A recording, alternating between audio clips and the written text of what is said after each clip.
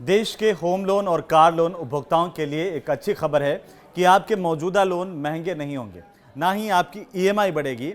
ऐसा इसलिए है क्योंकि भारतीय रिजर्व बैंक यानी कि आरबीआई ने ब्याज दरों को 6.5% पर बरकरार रखा है, यानी कि उनमें किसी तरह का कोई बदलाव नहीं किया गया है। सेंट्रल बैंक ने लगातार 11वीं बार अपनी दरें नहीं बदली हैं। आखिरी बार फरवरी 2023 में ब्याज दरें 0.25% बढ़ाकर के 6.5% की थी।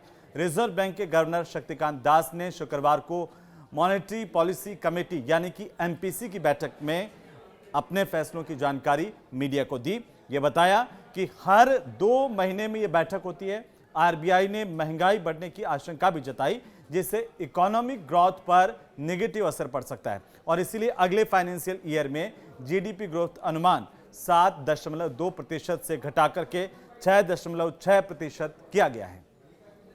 आरबीआई की मॉनेटरी पॉलिसी मीटिंग में आम आदमी के हिस्से में क्या आया, यानी कि आपके लिए क्या है, इसे जरा विस्तार से समझिए, क्योंकि लोन ग्राहकों की सबसे पहले बात करते हैं। उनकी सबसे बड़ी चिंता होती है कि आखिरकार अगर ब्याज दरें क्या बढ़ रही हैं या उसी पर तय रखी गई हैं या कम हो रही है। तो हम आपको बता दें कि लोन ग्राहकों के लिए सबसे पहले आरबीआई ने ब्याज दरों को 6.5% पर जस का तस रखा है, यानी कि आपके लोन की ईएमआई में किसी तरह का कोई बदलाव नहीं होने वाला है। लोन महंगे नहीं होंगे और मौजूदा लोन की ईएमआई भी नहीं बढ़ेगी।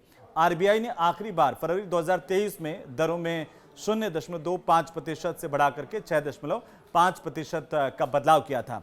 अब आते हैं किसानों पर। किसानों पर क्या असर होगा? और कोलेटरल फ्री एग्रीकल्चर लोन यानी कि कोई सामान गिरवी रखे बिना कर्ज देने की जो सीमा है वो 1.6 लाख रुपए प्रति उधारकर्ता से बढ़ा करके 2 लाख रुपए प्रति उधारकर्ता करने का फैसला यहां पर इस बैठक में किया गया है। एग्रीकल्चरल इनपुट कॉस्ट और ओवरऑल इन्फ्लेशन में बढ़ोतरी को ध्यान में रखते हुए ये बदलाव किए गए हैं। आखिरी बार इसमें बदलाव हुआ था 2019 में।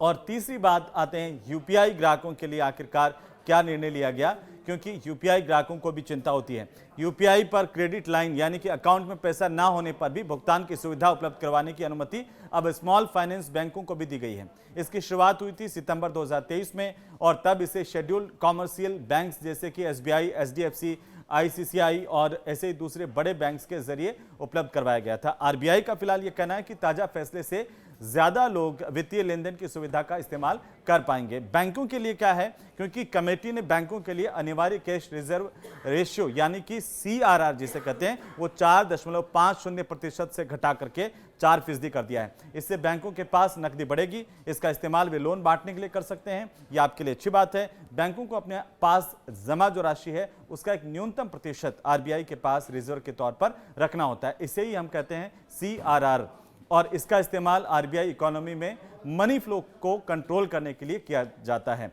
और इससे लिक्विडिटी यानी कि बाजार में नकदी की उपलब्धता नियंत्रित होती है। पांचवां सबसे महत्वपूर्ण बिंदु है कि इकोनॉमिक ग्रोथ पर क्या असर होगा। आरबीआई के गवर्नर ने देश की अर्थव्यवस्था को बेहतर रहने की उम्मीद जताई है, प्रकट की है, लेकिन कुछ चुनौतियों का जिक्र भी उन्होंने किया। वो चुनौतियां भी हम आपको बता देते हैं जो इस पर असर डाल सकती है। खरीफ की अच्छी पैदावार, बांधों में सिंचाई के लिए पर्याप्त पानी से एग्रीकल्चरल ग्रोथ को सपोर्ट मिला है। खनन और बिजली के भी सामान्य होने की उम्मीद है। वहीं इंडस्ट्रियल एक्टिविटी सामान्य होने से इकोनॉमिक ग्रोथ के पिछली तिमाही के निचले स्तर से उबरने की उम्मीद जताई जा रही है। रिजर्व बैंक के गवर्नर ने यह भी कहा कि जियोपॉलिटिक्स में बनी चुनौतियां सभी देशों के सामने एक बहुत बड़ा मुद्दा बनी हुई है। इसके अलावा महंगाई के ताजा आंकड़े और दूसरी तिमाही में जीडीपी ग्रोथ रेट जो है वो कम रहना चिंता की वजह है। आरबीआई ने 2020 से 5 बार ब्याज दरों में 1.10% की बढ़ोतरी की। रिजर्व बैंक ऑफ इंडिया यानी कि आरबीआई ने कोरोना काल के दौरान 27 मार्च 2020 से लेकर के 9 अक्टूबर 2020 में 2 बार ब्याज दरों में बदलाव किया, जिसमें 0.40% की कटौती की गई और इसके बाद अगली 10 मीटिंग्स में सेंट्रल बैंक ने 5 बार ब्याज दरों में बढ़ोतरी की। 4 बार कोई बदलाव नहीं किया गया। एक बार अगस्त 2022 को याद कीजिए जब 0.5% की कटौती हुई थी और कोविड से पहले 6 फरवरी 2020 को जो रेपो रेट है 5.15% पर थी। कमेटी के 6 में से 4 जो सदस्य हैं वो ब्याज दरों के बदलाव के पक्ष में नहीं थे और आखिरकार ये पूरी जो कमेटी है वो एमपीसी जिसे कहते हैं उसमें 6 मेंबर होते हैं। इनमें से 3 आरबीआई के अधिकारी और बाकी 3 सरकार की तरफ से नॉमिनेट मेंबर होते हैं।